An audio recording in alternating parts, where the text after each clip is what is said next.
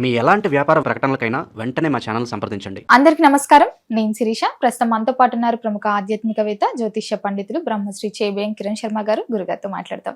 నమస్కారం గురు. అఖండ లక్ష్మీ ప్రాప్తిస్తు కళ్యాణమస్తమ. గురుగారు, ఈ ఏప్రిల్ 17న శుక్రవారం అమావాస్య ఉంది, రేవతి నక్షత్రంతో కూడి.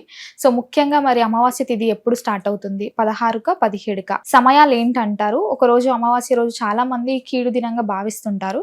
విశేషంగా మనం కొన్ని పర్వదినాలు చూసుకుంటే అమావాస్య రోజు జరుపుకుంటాం, ఈ దీపావళి అయినా సరే అలాంటివి. మరి ఆ రోజు ఎలాంటి పూజ చేసుకుంటే మనకు కలిసి వస్తుంది అంటారు ఈ అమావాస్య రోజు?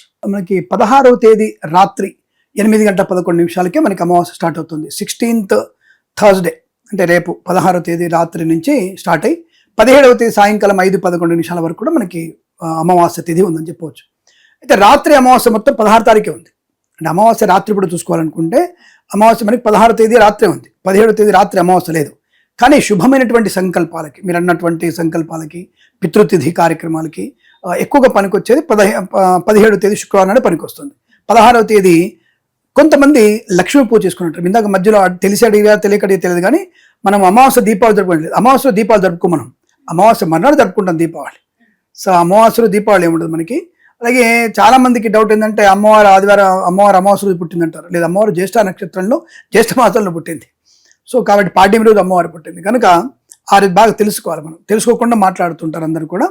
ఒక్కొక్క అమ్మవారు ఒక్కొక్క అంశలో వారి యొక్క ఉద్భవం జరిగింది. వారు పుట్టడం ఏంటి, వాళ్ళకి పుట్టుక చావులు లేవు, వాళ్ళ యొక్క మనకి ఉన్నటువంటి ఒక ఉద్భవం జరిగిందని చెప్పవచ్చు అంతే తప్ప. కాబట్టి కొన్ని నక్షత్రాల్లో ఇప్పుడు మూలా నక్షత్రంలో సరస్వతిని, జ్యేష్ఠ నక్షత్రంలో అమ్మవారని, అలాగే మనకి స్వాతి నక్షత్రంలో ఒక అమ్మవారని, స్వాతి నక్షత్రం స్వామివారు పుట్టారని, తర్వాత శ్రవణ నక్షత్రంలో ఇంకొక స్వామి పుట్టాడని, రోహిణి నక్షత్రంలో కృష్ణుడు పుట్టాడని, ఇలా అనేక ఆర్ద్ర నక్షత్రంలో శివుడు ఆవిర్భవించాడని, ఇలా అనేక రకాలు చెప్పుకుంటారు. అంటే ఆ నక్షత్రాల యొక్క బలం బాగా ఉంటుంది.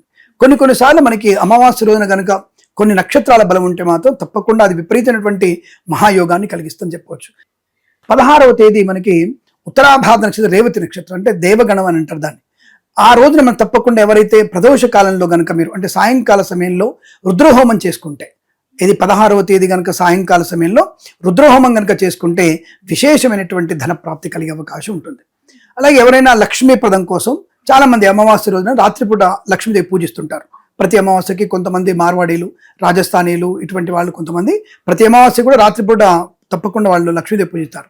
మీరు కనుక 16వ తేదీ మధ్యరాత్రి మంచి హాయి ఇంట్లో ఒక మంచి పద్మము ముగ్గు వేసి ఆ పద్మ ముగ్గులో కనుక కలశ స్థాపన చేసి కలశంలో అమ్మవారిని ఆవాహనం చేసి సువర్ణమైనటువంటి లక్ష్మీ రూపాన్ని, సువర్ణ లక్ష్మీ రూపం అంటే మనం ఎప్పుడు కొనిపెట్టుకున్నాం కదా, ఇప్పుడంటే కొనలేం కానీ ఒకప్పుడు కొన్నాం కదా, అటువంటి లక్ష్మీ రూపమైనటువంటి దానికి పంచామృతంతో అభిషేకం చేసి, లక్ష్మీ మళ్ళీ నీళ్లతో అభిషేకం చేసి, కొబ్బరికి నీళ్ళతో అభిషేకం చేసి శుభ్రంగా తుడిచి గంధ పుష్ప అక్షతలు వేసి అమ్మవారిని పూజ చేసుకొని ఆ తర్వాత ప్రకృతి నమః, వికృతి నమః, శ్రద్ధాయ నమః అని అష్టోత్తర నామం అని చెప్పేసి అమ్మవారికి కనుక గులాబీ పూలతో, ఎర్రని గులాబీ పూలతో కనుక పూజ చేసినట్టయితే కొంత లక్ష్మీదేవి అనుగ్రహాన్ని పొందుకోవచ్చని చెప్పబడుతోంది. ఇది ప్రతి అమావాస్య కూడా చేసుకోవచ్చు, నిజంగా చేసుకోవచ్చు మనం. ఈ చాలా మంది వచ్చేసి ఎందుకు అమావాస్య నెగిటివ్గా చూస్తారు అన్నటువంటి విషయంకి వస్తే, ఇక్కడ మనకి ముఖ్యంగా ఈ అమావాస్య అనేది మనకి చంద్రుడి యొక్క క్షీణతిథి, అంటే చంద్రుడి యొక్క గ్రహణానికి ఏర్పడుతుంది. అంటే చంద్ర రవిలు ఇద్దరు కలిస్తే ఒక రకమైన గ్రహణమే అది. కాబట్టి చంద్రుడి కాంతి విహీనం అయిపోతుంది. కాబట్టి దానివల్ల మానసికటువంటి పరిపక్వత ఉండదు, మానసికమైన వికలత్వాన్ని పొందుకుంటాం. మనసులో ఒక రకమైనటువంటి అలజడి, పీడ, టెన్షను, కంగారన్నీ ఏర్పడతాయి. దాన్ని మనం ఆ మానసికమైనటువంటి ఇబ్బంది ఉంటాయి. కాబట్టి అమావాస్యలో రాత్రిపూట బయటికి వెళ్ళకూడదు, రిజిస్టర్ అయిన వాళ్ళు బయటికి వెళ్ళకూడదు, ఆడపిల్లలు బయటికి వెళ్ళదు, గర్భిణీ స్త్రీలు బయటికి వెళ్ళకూడదు. అంటే ఒక రకమైనటువంటి మానసిక ఉద్వేగం అవుతుంది. మనం ప్రాక్టికల్గా మాట్లాడుకుంటే సైంటిఫిక్గా అమావాస్య రోజున, పౌర్ణమి రోజున ఈ సముద్రం యొక్క అలల తాకిడి ఎక్కువగా ఉంటుంది. ఎందుకు ఉంటుంది అంటే రెండు విభిన్నమైనటువంటి గ్రహాల యొక్క ఒక గ్రహం అంటే గ్రహించేది, వాటిని నీళ్ళని తన వైపు లాక్కుంటూ ఉంటుంది. దానివల్ల అలల ఎత్తు ఎక్కువగా ఉంటుంది. పౌర్ణమి రోజు ఏమో అలలు అటు ఇటు తిరుగుతుంటాయి, అంటే ఇలా తిరుగుతూ ఉంటాయి, మళ్ళీ ఇలా వచ్చేస్తాయి అలలు. మీరు బాగా ప్రత్యక్షంగా చూసుకోవచ్చు. మీరు ఎవరైనా సరే డేవిట్ ఉంటే మీరు మెరీనా బీచ్లో కానీ, గోవా దగ్గరికి వెళ్ళి కానీ, పంజన్ బీచ్ కానీ ఇక్కడ వెళ్ళి మీరు తప్పకుండా చూసుకోవచ్చు. విశాఖపట్నంలో భీమిలి బీచ్లో కనబడుతుంది మీకు.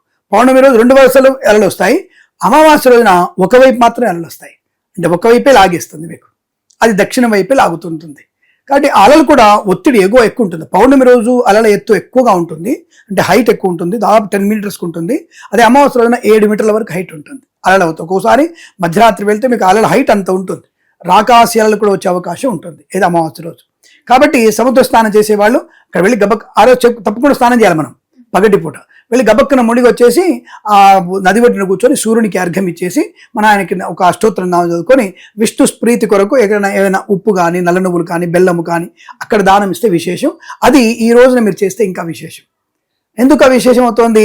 చైత్రమాసంలో వచ్చేటువంటి అమావాస్య కానీ మనకి ఈ కొత్త సంవత్సరం ఒక ఉత్తేజమైనటువంటి తత్వం, అంటే ఉత్తరాయణంలో ఉన్నటువంటి సూర్య భగవానుడు కొంత మనకి ఉష్ణతాపాన్ని వెలుగును ఎక్కువ ప్రసాదిస్తాడు. కాబట్టి ఈ రకమైనటువంటి భావనతో ఈ అమావాస్య రోజున మీరు అభిషేకం చేసినా, అలాగే మీకు దానం చేసినా, సముద్ర స్నానం చేసినా, నదీ స్నానం చేసినా తప్పకుండా ప్రయోజనవంతమైనటువంటి ప్రతిఫలాన్ని పొందుకుంటారు. కాబట్టి 16వ తేదీ రాత్రి ఉంది కాబట్టి ప్రదోషకాల రుద్రహోమం రాత్రి, మీరు 16వ తేదీ రాత్రి లక్ష్మీదేవి కలశంలో పూజ చేయడం. ఒకవేళ 17వ తారీఖు నిజంగా ఇప్పుడు ఏమిటి లెక్క ప్రకారంగా సూర్యోదయంతో అమావాస్య ఉంది కాబట్టి 17వ తేదీన మీరు అమావాస్య తేదీ ప్రయాణించుకోవచ్చు. మీరు పితృదేవతలకి, ఎవరైనా సరే పితృదేవతలకు కనుక మీరు దోషాన్ని పొందుకుంటే పితృదేవతల యొక్క అనుగ్రహాన్ని పొందడానికి తప్పకుండా మీరు ఆ రోజు తిలతర్పణం, అంటే తల్లిదండ్రులు లేని వాళ్ళకి తిలతర్పణము, పిండ ప్రదానము, దానము ఇవన్నీ కూడా ఇవ్వాలి. ఈ రోజు విశేషంగా మీరు నమ్ముతారు నమ్మరో 17వ తేదీ మనం సువర్ణ దానం చేయాలి. బీదవారికి కానీ బ్రాహ్మడికి కానీ, యాక్చువల్గా బ్రాహ్మడికి ఇవ్వాలి, ఎవరికైనా సరే బ్రాహ్మడికి బీదవారికి దానం చేయాలి. సరే బంగారం ఇవ్వలేకపోతే కనీసం వాళ్ళ ఇంట్లో ఉండేటువంటి స్వయం పాకాలు, అంటే బియ్యము, పప్పు, ఉప్పులన్నీ కూడా దానం చేసుకోవడం వల్ల అద్భుతమైనటువంటి పితృదేవతల అనుగ్రహం బాగా ఉంటుంది. అటువంటి పితృదేవత అనుగ్రహంతో మీరు ఏ చేసినా కలిసి వచ్చేటువంటి అవకాశాలు ఖచ్చితంగా ఉంటాయి. దానివల్ల మంచి ప్రయోజనం కూడా పొందుకునే అవకాశం ఉంటుందని చెప్పవచ్చు. గురుగారు, ముఖ్యంగా చాలా మంది చాలా రోజులలో నాన్ వెజ్ తింటూ ఉంటారు. కొంతమంది అమావాస్య అప్పుడు కూడా తింటూ ఉంటారు, కొంతమంది తినరు. శాస్త్రం ప్రకారం అమావాస్య రోజు తినొచ్చు అంటారు? అసలు శాస్త్ర ప్రకారంగా ఆదివారము, అమావాస్య, మంగళవారము, తర్వాత శుక్రవారము చాలా రోజులు మీకు మద్యము, మాంసము, మధుపానం నిషేధించబడింది. ఆదివారమే తింటుంటాం. అంటే అసలు ఆదివారం నాడు చేయకూడని పని అదే. మధుమాంస మధ్యము ఆడవాళ్ళతో అసలు వాళ్ళ వైపు చూడకూడదు. అసలు మనం సూర్యనారాయణమూర్తిని మాత్రం చేయాలి. గోధుమ అన్నం తినాలి, రోజు గోధుమ రవ్వనే తినాలి, ఇంకా వేరేవి తినడానికి ఉండదు. ఇక్కడ ఆ విషయాన్ని గమనించుకోవాలి. ఎవరెవరు గమనించుకోరు. ఆదివారం జుట్టు కత్తిరించుకోవచ్చు, ఆదివారం గోళ్ళు తీయొద్దు, ఆదివారం బయట ఇంటికి వెళ్ళకూడదు, ఆదివారం ఎవరు చావుకు వెళ్తున్నప్పుడు కూడా వెంటకు వచ్చి స్నానం చేయాలి, పోతున్నప్పుడు చావు వారు తెలవగానే స్నానం చేయాలి, వెళ్ళి మన వాళ్ళైతే చూసి వచ్చిన తర్వాత మళ్ళీ స్నానం చేసి లోపలికి రావాలి. సో ఇవన్నీ కూడా పద్ధతులు ఉంటాయి. కాబట్టి అమావాస్య అనేది మీకు అంతగా తినాల్సినటువంటి అవకాశం ఏది. పితృదేవతల కోసం, మోక్షాని కోసం వాళ్ళు తర్పణము, జపము, తపము, లక్ష్మీ ప్రాప్తి కొరకు అభిషేకము, అర్చనలు చేసుకోవాలి తప్ప ఇంకోటి చేయడానికి లేదు. విశేషంగా దానాలు చెప్పబడింది. ఈరోజు గోదానం చేస్తే కూడా విశేషమైనటువంటి పుణ్యప్రదాన్ని పొందుకునేటువంటిది అమావాస్య. కాబట్టి తిథి 17వ తేదీ శుక్రవారం నాడు అమావాస్య అని చెప్పుకోవచ్చు.